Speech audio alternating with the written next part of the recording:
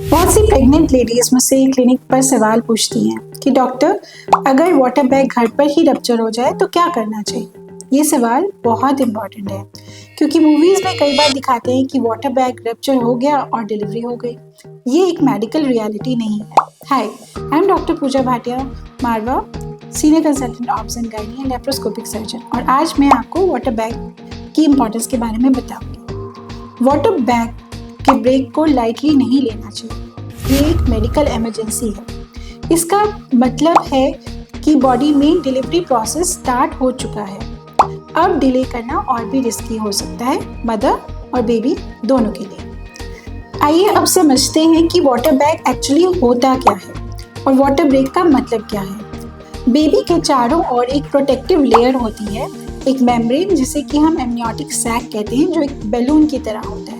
इस बैलून के अंदर एक फ्लूइड होता है जिसे कि हम एमनियोटिक फ्लूइड कहते हैं, जिसमें बच्चा तैरता है, सांस लेता है, इवन यूरिन भी पास करता है। जब ये बैग टूटता है तो हो सकता है कि पानी एकदम से सारा का सारा टैप की तरह निकल जाए या धीरे धीरे ट्रिकल डाउन करे। यह एक बहुत ही कॉमन मिस्टेक है कि कुछ लोग इसे यूरिन की लीकेज की तरह कंफ्यूज कर जाते हैं कि शायद यूरिन लीक हो रहा है, या फिर एक्सेसिव वाइट डिस्चार्ज जो कि प्रेगनेंसी में नॉर्मल गिना जाता है वो हो रहा है, और सोचते हैं कि शायद कल जाना बेहतर रहेगा, अभी डॉक्टर के पास जाने की ज़रूरत नहीं है। मैं यहाँ एक बात बहुत क्लियर करना चाहती हूँ। प्लीज़ डू नॉट डिसाइड कि यूरिन है या वाटर है या वाइट डिस्चार्ज है। Let the doctor decide. Please visit the doctor. अगर आपके अंडरगारमेंट्स बार बार गीले हो रहे हैं तो इसको वाटर बैग रप्चर ही मानिए और हॉस्पिटल जाइए, चेक कराइए। अब जानते हैं कि वाटर बैग जब रप्चर हो जाते हैं तो आपको क्या करना चाहिए।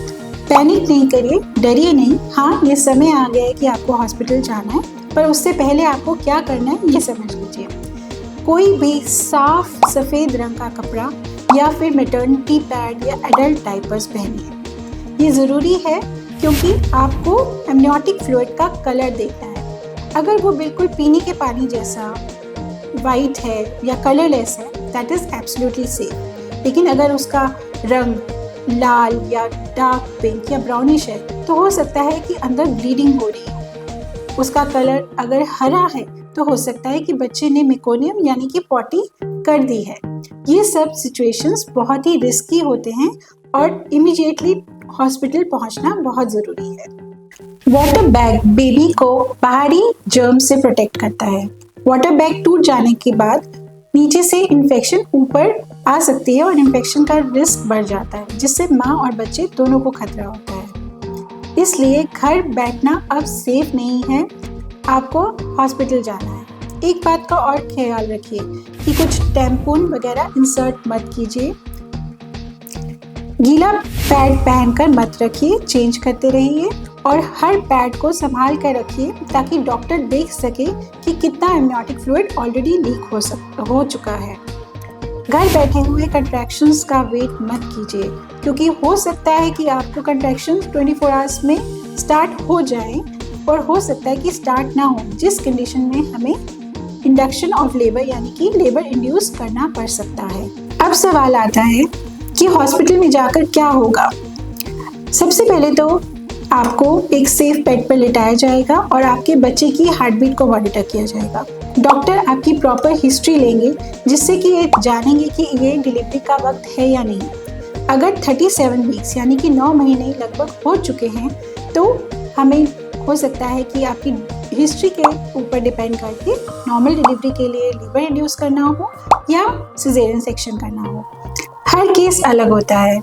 डिसीजन हमेशा मेडिकल कंडीशन को देखकर ही लिया जाता है। इसमें ट्रैवल एडवाइस भी बहुत इम्पॉर्टेंट होती है। वाटर ब्रेक होने के बाद खुद से ट्रैवल ना करें, 2 व्हीलर्स अवॉइड करें, कार या एम्बुलेंस सबसे सेफ होती है। फाइनल मैसेज, वाटर ब्रेक को इग्नोर ना कीजिए। दिन हो या रात वेट नहीं कीजिए, डायरेक्टली किसी भी समय हॉस्पिटल पहुँचे, यही आपकी सेफेस्ट चॉइस है। हमारा उद्देश्य है safe mother and safe baby.